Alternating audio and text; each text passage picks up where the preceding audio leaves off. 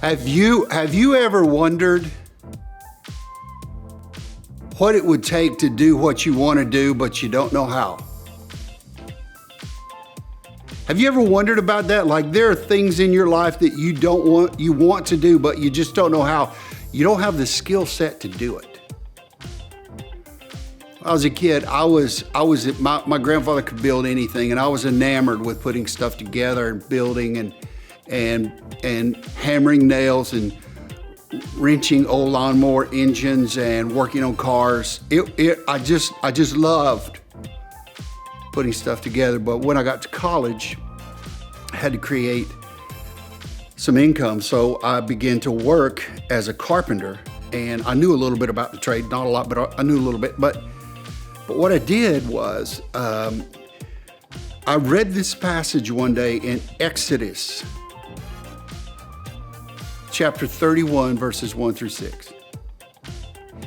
And there was this story about a guy named Bezalel. And in that chapter, it said that God chose Bezalel and Oholiab and gave them his spirit to build all sorts of things. Namely, to build everything that was in the tabernacle.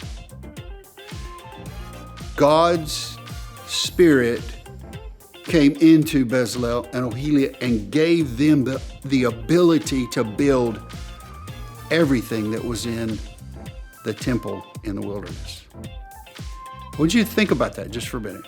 These guys didn't have the skill set, but God gave them the skill set. What I want you to do is I want you to ask yourself, what is it that I want to build in my life?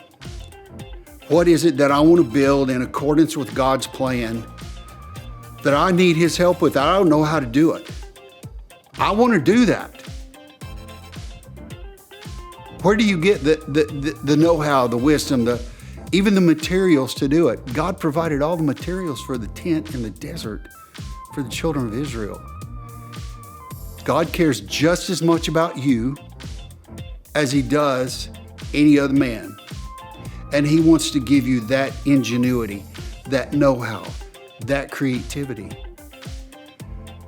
Here's what you need to grab hold of right now in this moment. You need to understand it, that you don't have to wander around in a wilderness wondering what's next, what am I going to do, where am I going to do it, how in God's name am I going to fund it, and what am I going to do to please God and my family. Ask God. He'll give you his Holy Spirit. He'll help you. Look at the show notes, the PDF. It's a full layout of all this information.